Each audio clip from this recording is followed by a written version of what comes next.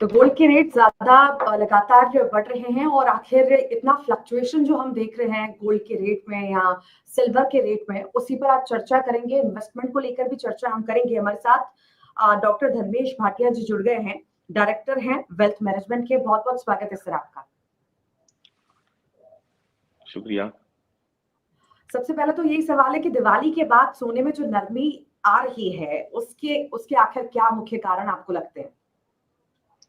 देखिए, पहली बात तो जो तेजी आपको सोने में देखने मिली थी, अगर आप कभी भी देखिए तो मार्केट में जो एक तरफा मूवमेंट आया था और प्राइस ने एक नई ऊंचाई छुई थी। डोमेस्टिक मार्केट की बात करें, अंतरराष्ट्रीय मार्केट की बात करें, तो कहीं ना ये प्राइस ओवरबॉट में था और वहीं कहीं प्रॉफिट बुकिंग एंटिसिपेट था। और यही हुआ कि दिवाली के बाद मार्केट में एक काफी अच्छा एक प्राइस ने गोता लगाया है। इसे आप हेल्दी करेक्शन भी कह सकते हैं, कोई कहता है प्रॉफिट बुकिंग हुई है, और मेरे हिसाब से ये करेक्शन ड्यू था, क्योंकि मार्केट में कभी भी इतनी तेजी आती है 10-15% की, तो 4-5% की गिरावट आनी जरूरी है, सो दैट की आगे की रैली के लिए इसे एक सपोर्ट मिले। और यही आपको प्राइस में देखने मिला है। सारे के सारे बास्केट में आप गोल्ड देख लीजिए, आप सिल्वर देख लीजिए, प्लैटिनम देख लीजिए, पैलेडियम देख लीजिए, सब में 5 से 10% की गिरावट आपको शार्पली देखने मिली है।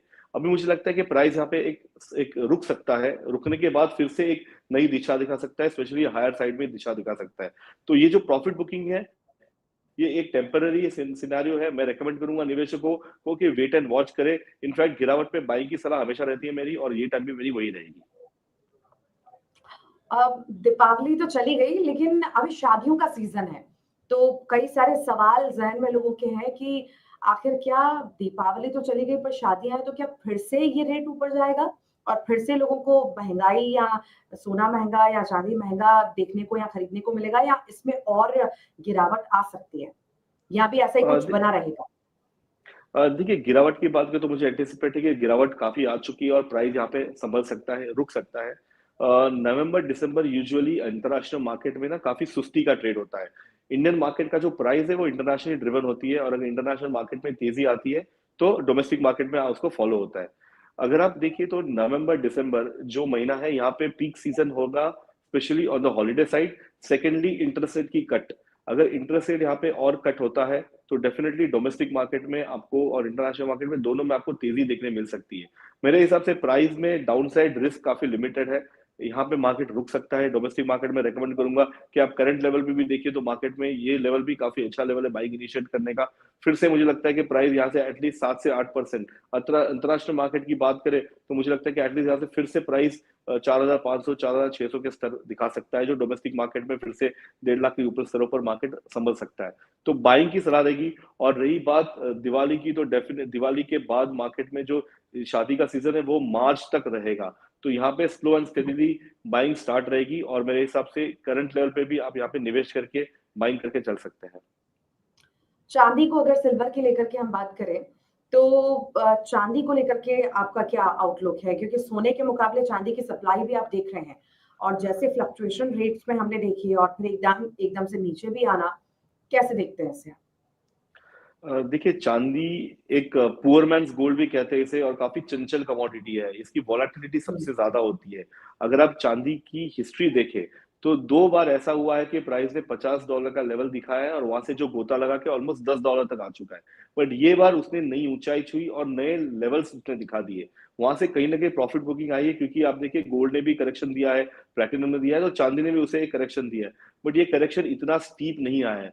जो लास्ट करेक्शन, जो स्टीप करेक्शन था, वो कोविड के टाइम था, जब चांदी ने ऑलमोस्ट $30 से $13 का गोता लगाया था। इस कारणवश देखिए तो डोमेस्टिक मार्केट में सिर्फ $5-7 की वोलाटिलिटी आई है।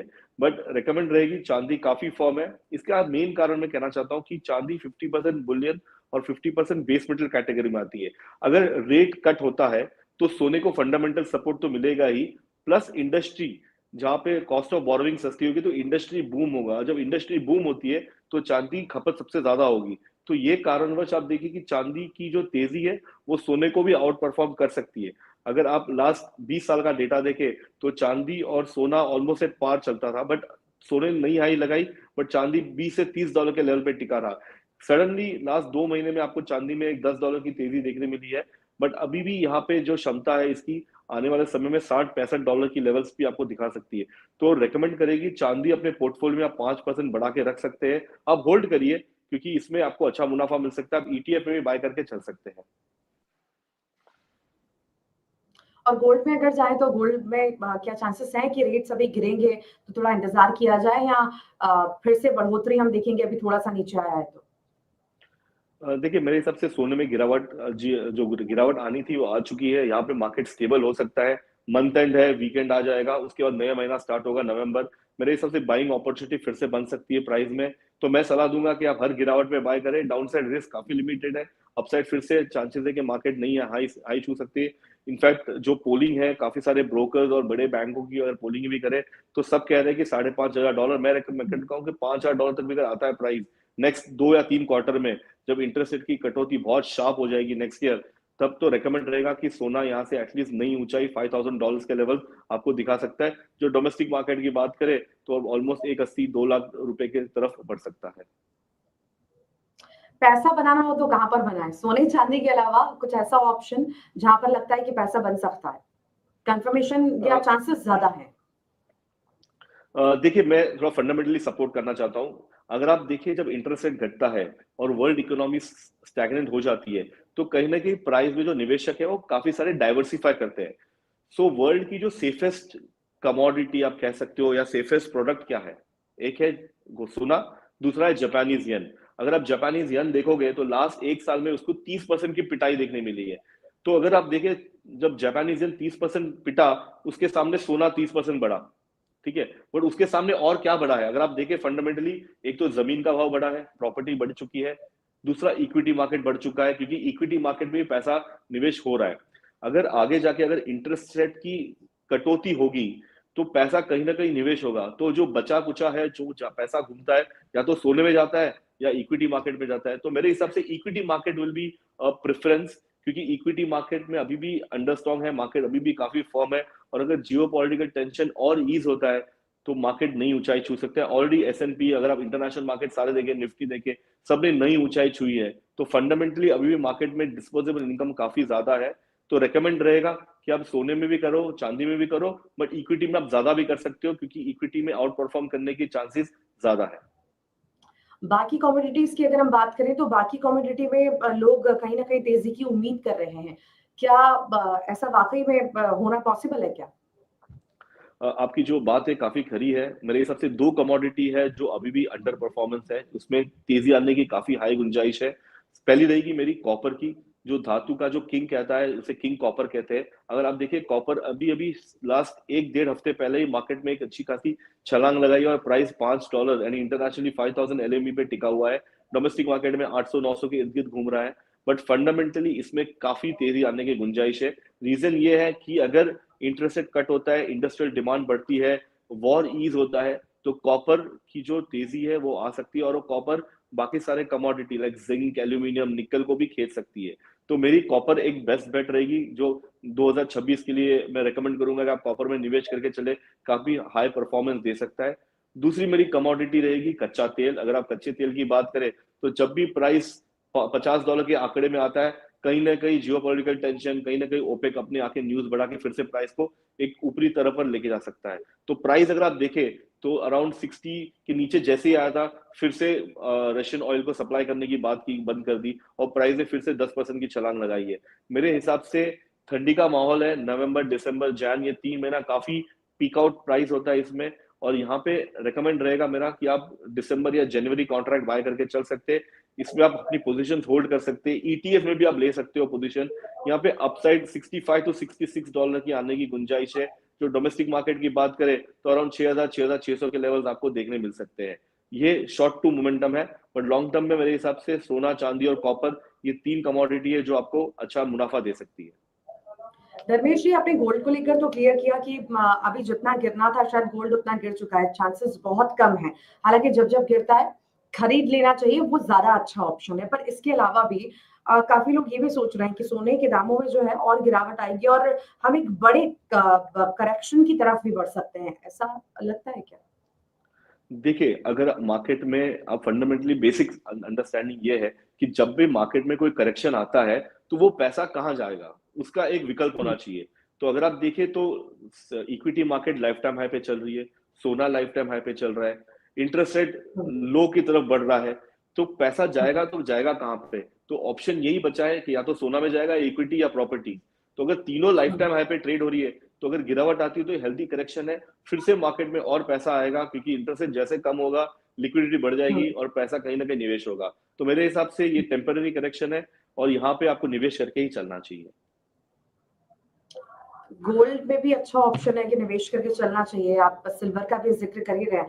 अब इन्वेस्टमेंट पे अगर हम आते हैं, सबसे ज्यादा आपको चांसेस कहाँ पर दिखते हैं अभी, अगर कम से कम इन्वेस्ट भी कोई करना चाहे और ज्यादा से ज्यादा भी कमाना चाहे, तो ऐसा क्या ऑप्शन हो सकता है जहां पे अच्छा इन्वेस्ट करें, कम भी किया जाए पर ज्यादा की उम्मीद हो, हमेशा ही रहती है हर किसी को। देखिए, अगर आपको डिविडेंड यील्ड चाहिए और अगर आपको पैसा आपके अकाउंट में भी दिखना चाहिए और प्रॉफिटेबिलिटी दिखनी चाहिए, तो मैं रेकमेंड करूंगा कि आप इक्विटी मार्केट में निवेश करके चल सकते हैं, क्योंकि इक्विटी मार्केट अभी भी अंडर परफॉर्म है। यहाँ पे तेजी आने की बहुत ज्यादा गुंजाइश है, स्पेशली फंडामेंटल। और अगर वॉर कम हो जाता है या डाइल्यूट होता है और सीज फायर की न्यूज आ रही है, तो इक्विटी मार्केट सबसे ज्यादा आउट परफॉर्म कर सकता है। सोना और चांदी ऑलरेडी ये साल और 2 साल में काफी अच्छी तेजी दिखा चुका है, बट सोने को और चांदी को पुश करने के लिए बहुत पैसा लगता है और ये ऑलरेडी हो चुका है। तो मेरे हिसाब से डाउनसाइड रिस्क सब में लिमिटेड है, बट अपसाइड अगर आप कहते हैं कि मुझे अल्फा कमाना है, ज्यादा पैसा कमाना है, तो मैं इक्विटी की तरफ बेट करूंगा। कई सारे ऑप्शंस तो हैं इन्वेस्ट करने के लिए, पर जिस तरह से रेट भी बढ़ रहा है, पर थोड़ा धैर्य रखना होगा। जैसा मार्केट अभी चल रहा है, फ्लक्चुएशन चल रहा है या वॉर की स्थिति है, वो भी हम देख रहे हैं। और कुछ ऐसा ऑप्शन जहां पर आपको लगता है कि बड़ा इन्वेस्टमेंट अगर करना है तो इस जगह पे किया जा सकता है और मुनाफा भी अच्छा होगा? देखिए, आगे जाके सबको पता है कि इंटरेस्ट रेट कट होगा। जब इंटरेस्ट रेट कट होता है, तो कहीं ना कहीं पैसा लिक्विडिटी बढ़ने वाली चांसेस है। तो प्रॉपर्टी मार्केट ये ऐसी मार्केट है जो मैं रेकमेंड कर सकता हूँ कि आप यहाँ पे रीट में इन्वेस्ट करके चल सकते हैं, क्योंकि जैसे ही इंटरेस्ट रेट कम होगा, मार्केट में आप लोन की जो दर है वो कम हो जाएगी, तो आपके पास ज्यादा पैसा होगा और आप ज्यादा निवेश करके चल सकते हो हाई प्रॉपर्टी एंड में। तो प्रॉपर्टी मार्केट, इंडियन मार्केट में अभी भी प्रॉपर्टी काफी हाई चल रही है। तो ये भी मेरी रिकमेंडेशन हो सकती है कि आप अपना एक 5-10% पोर्टफोलियो आप प्रॉपर्टी में भी निवेश करके चल सकते हो, अपार्ट फ्रॉम इक्विटीज और गोल्ड। तो बड़ा बदलाव हो भी सकता है, नहीं भी हो सकता है, और स्टेबिलिटी भी इसमें रह सकती है, ये मान सकते हैं। और आपने तो जिक्र किया ही कि कहाँ-कहाँ पर इन्वेस्ट करना चाहिए। और जो डेली बेसिस पे इन्वेस्टमेंट करते हैं या कभी-कभी करते हैं या छोटे-छोटे इन्वेस्टमेंट करते हैं, उनको आप क्या सलाह देना चाहेंगे? देखिए, अगर जो छोटे निवेशक है और जो ज्यादा लिवरेज लेना नहीं चाहते और स्लो एंड स्टेडीली इन्वेस्ट करना चाहते हैं, तो मैं उन्हें एक एसआईपी की रूट कहना चाहता हूँ। आप एसआईपी में करिए, आप इंडेक्स में डालिए एसआईपी के थ्रू, आप गोल्ड में एसआईपी कर सकते हैं, आप म्यूचुअल फंड में एसआईपी कर सकते हैं। इसमें क्या है कि आपकी जो रिस्क है वो काफी कम हो जाती है और हुँ, अल्फा भी नहीं मिलेगा, आपको ज्यादा मुनाफा नहीं मिल सकता, बट आप ऑलमोस्ट डबल डिजिट में आने की गुंजाइश है प्राइस में, और प्राइस आपको स्टेबिलिटी दे सकता है। अगर आपको रिस्क लेना है, तो आप फ्यूचर्स एंड ऑप्शंस में कर सकते हैं, जिसमें आप छोटा निवेश करके आप लिवरेज करके कर सकते हैं। बट इसमें आपको बहुत ध्यान देना पड़ेगा, क्योंकि मार्केट जब वॉलेटाइल हो जाती है, तो चांसेस ये है कि आपका नुकसान होने के चांस भी बढ़ जाते हैं। तो मैं सलाह हुँ। दूंगा, अगर आपको छोटी अवधि के लिए ट्रेड करना है, छोटा ट्रेड करना है, तो आप इंडेक्स में डालिए पैसा, आप म्यूचुअल फंड में डालिए पैसा, रीट में डाल सकते हो, जहाँ रीट इन द सेंस जहाँ पे आप प्रॉपर्टी ले सकते हो छोटे पैमाने पे, और आप सिस्टमैटिक इन्वेस्टमेंट प्लानिंग करिए। इसमें आपको रिस्क काफी कम रहेगा, मुनाफा भी कम रहेगा, बट रिस्क बहुत कम हो जाएगा इसमें। इंडेक्स और म्यूचुअल कितना अलग-अलग है, और इसमें मिनिमम एक अमाउंट जो हम इन्वेस्ट कर सकते हैं, वो डेली बेसिस पे रहेगा, मंथली रहेगा, कैसा रहेगा? कुछ इस बारे में भी इन्फॉर्मेशन दर्शकों को? देखिए, इनफैक्ट इंडियन गवर्नमेंट ने काफी सपोर्ट किया है, specially on the SIP mode. आप 100 रुपए से लेके मिनिमम 500 रुपए के बीच में आप डेली इन्वेस्ट करके चल सकते हैं, मंथली कर सकते हैं। इसमें छोटा टिक साइज भी है। अगर आपको बॉन्ड में करना है तो उसमें थोड़ा बढ़ जाता है, बट मैं रेकमेंड करूंगा कि आप एसआईपी छोटे पैमाने पे 1 ग्राम गोल्ड भी ले सकते हो, आप क्वार्टर गोल्ड भी ले सकते हो आप। तो अवेलेबिलिटी काफी हाई है, ऐसा नहीं है कि आप नहीं कर सकते। 100 रुपए से लेके 500 रुपए तक का एक हुँ, मिनिमम थ्रेशोल्ड है, जहाँ पे आप एसआईपी करके, मंथली एसआईपी करके, और आप हुँ। निवेश में डाल सकते हो और अपने इंडेक्स में डाल सकते हो। मैं रेकमेंड करूंगा कि आप अगर इतना छोटा पैमाने पे कर रहे हैं, तो आप इंडेक्स में डालें, क्योंकि इंडेक्स में क्या होता है कि बास्केट ऑफ शेयर्स होंगे, जिसमें आपका जो रिस्क जो होता है, मार्केट के अराउंड होने का रिस्क, वो काफी कम हो हुँ, जाता है। हुँ। थैंक यू धर्मेश भाटिया जी, आप जुड़े और इतनी सारी जो अच्छी जानकारियां दी, जो लोगों के जहन में कई सारे सवाल थे गोल्ड रेट्स को लेकर के, फ्लक्चुएशंस को लेकर के, सिल्वर को लेकर के, इन्वेस्टमेंट को लेकर के, वो आपने बखूबी बहुत अच्छे से बताया, एक्सप्लेन किए। बहुत बहुत शुक्रिया डॉक्टर धर्मेश भाटिया जी हमारे साथ जुड़ने के लिए। Thank you, thank you.